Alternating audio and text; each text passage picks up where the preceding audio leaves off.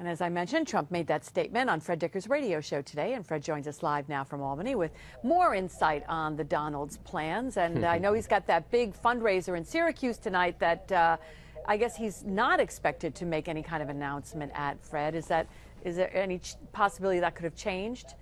I don't think so. I think the announcement he was going to make tonight is the one he made on my show today. And that is an announcement that he'll make up his mind, or make it public anyway, by the end of the week. And I thought it was really significant that he fell back on the original position he had way back in, I think, late October when he first started talking about this, that he would run for governor, he said, if there wasn't any other Republican in the race. Well, we know, Rob Astorino is in the race. He announced last week he spoke to Donald Trump. So the expectation is that by the end of the week he's going to say he's getting out. Yeah, two interesting things that I heard him say. One was that Ed Cox flew down to Florida to try to persuade him, apparently, or I'm not quite clear on what he flew down to Florida to do. Were you?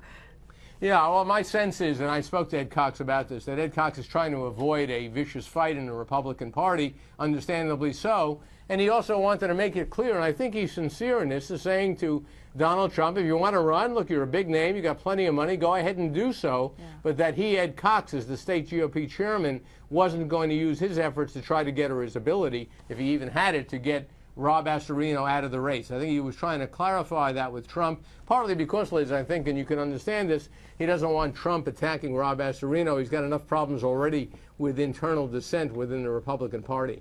And what about the idea that Trump was going to maybe face some opposition that we didn't know about? Is there any possibility of that?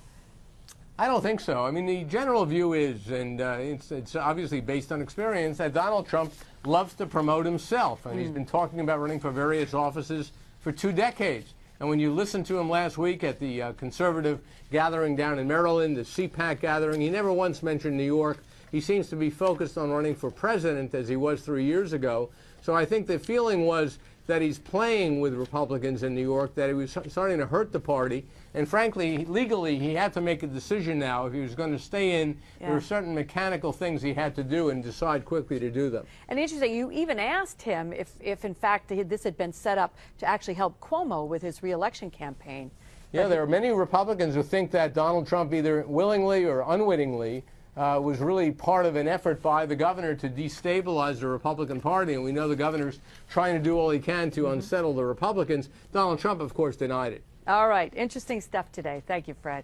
And you can hear Fred's radio program live from the state capitol every weekday morning, 10 to 11 on Talk 1300 AM.